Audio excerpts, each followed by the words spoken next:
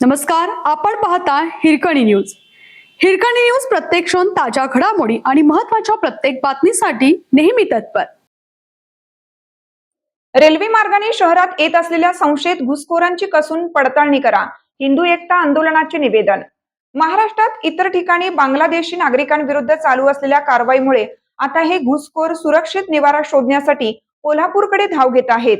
या पार्श्वभूमीवर कोल्हापूरची सुरक्षा आणि सामाजिक सलोखा धोक्यात येऊ नये यासाठी रेल्वे मार्गाने शहरात येत असलेल्या संशयित घुसखोरांची कसून पडताळणी करावी या मागणीचं निवेदन हिंदू एकता आंदोलनाच्या वतीनं शिरोली औद्योगिक वसाहतीतील पोलीस ठाण्यात निवेदनाद्वारे केली आहे. हे निवेदन सहाय्यक पोलीस निरीक्षक सुनील गायकवाड यांनी स्वीकारले. असे निवेदन का द्यावे लागते? पोलीस स्वतःहून कारवाई का करत नाहीत?